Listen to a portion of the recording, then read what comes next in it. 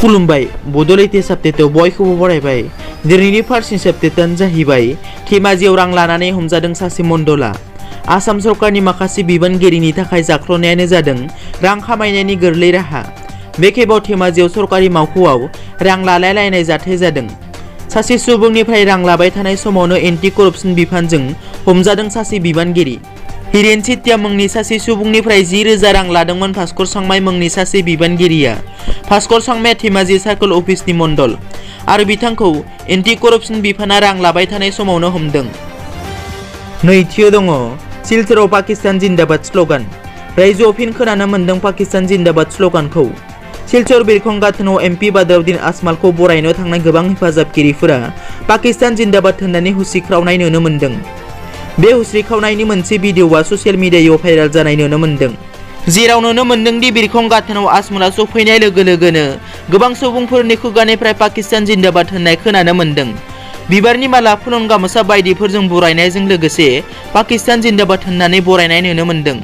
बेफोरबायदि बुंनायखौ खोनासेबो एमपि बिथांखौ जेबो फिनजाथाय जानाय नुनो मोनाखै। बिनि सिगांबो आराबि रावनि बेनार बानायनानै सोंखारि जादोंमोन एमपि बिथाङा। थामथियाव दङ प्रमद बर'आ बुंदों बिटिसि बिसायख'थियाव थै बोहैगोन। BTR हालामाव बिसायख'थिखौ लानानै गोबां हिंसायारि जाथाय नुनो मोन्दों। बे समावनो खौरां बिजोंनि गेजेरजों मोनसे गोसोआव नांनाय बाथ्रा बुंदों UPPL दोलोनि आफादगिरि प्रमद बर'आ। बिथां प्रमद बर'आ बुंदों दि थैनि बाना जानो हागौ बेबारनि बिटिसि बिसायख'थिया। थांनाय 7 बोसोराव मोनफ्रोमबो बिसायख'थियाव हिंसायारि जाथाय जाबोबाय थादों। बेफोर हिंसायारि जाथायखौ BPFनि सोद्रोमाफोरानो मावबोबाय थादों। बे बारावबो बेफोरबायदि जाथाया दासिम खेब 50सो जाबाय आरो आइजोफोरनि सायावबो गाग्लोबदों। गोसोम जि गानै गानै बेरायथिंनायबो खौरां मोन्दों। बेखायनो BTR हालामनि सुबुंखान्थिखौ सोरखारजों लोगोसे खुंथाय आरो फायखैफोरनि जोहै रैखा खालामनो नांगौ। ब्रैथियाव दङ बिटिसि बिसायख'थिखौ 20 नभेम्बरनि गेजेराव खुंनो थाखाय बिथोन होदों।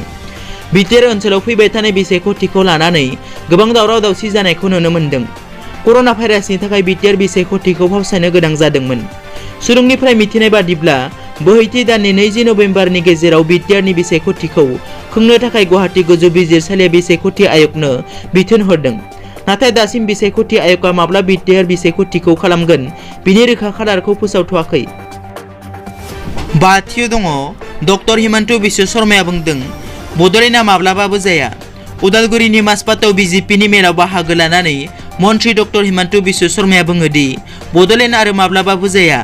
एसेबां बोसोर बर'फोरखौ रावबो आलादा बर' रायजो दाबि खालामनायखौ होबथानो हायाखैमोन। नाथाय BJP सरकारा BTR गोरोबथा खालामनानै बड'लेण्ड दाबिखौ अरायनि थाखाय फोजोबस्रांबाय।